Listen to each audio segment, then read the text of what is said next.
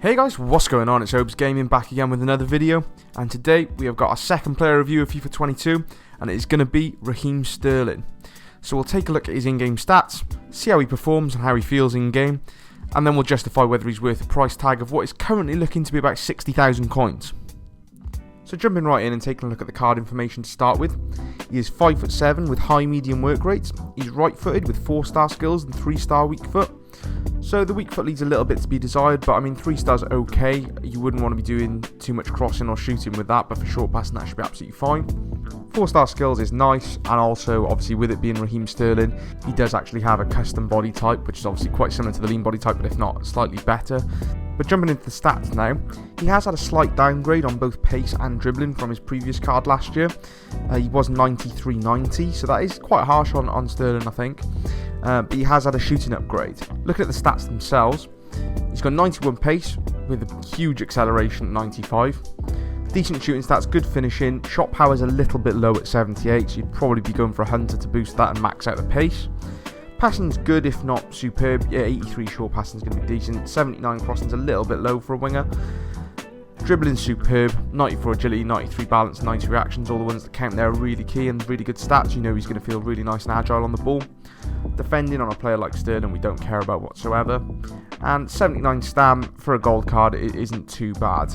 As I said, it's probably worth going for a hunter on this card, purely because I think, you know, when it's 91 pace, it's still worth having that pace upgrade to max that out, and it feels like you're still getting obviously a +8 pace, so it's still worth doing. And along with that, you'll be getting into the 90s on some of those shooting stats. But the key one being the shot power does definitely need a boost on him there.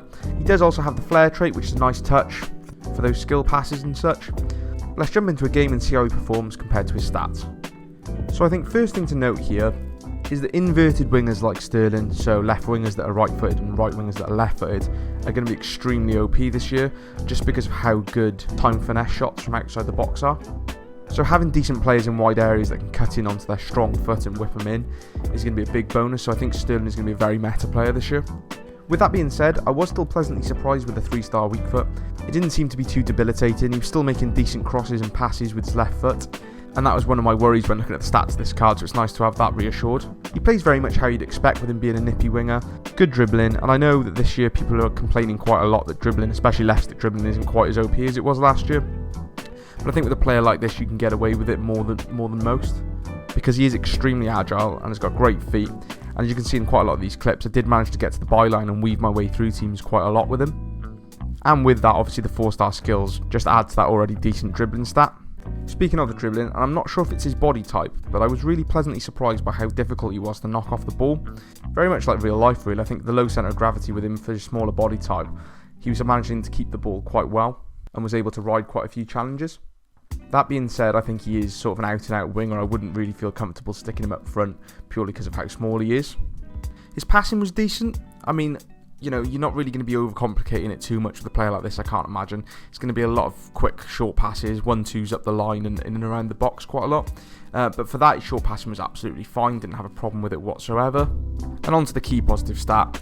It's hard to judge if it's just the way the game is at the moment, or if Sterling was particularly good at it, but those long-range finesses were absolutely flying in left, right and centre.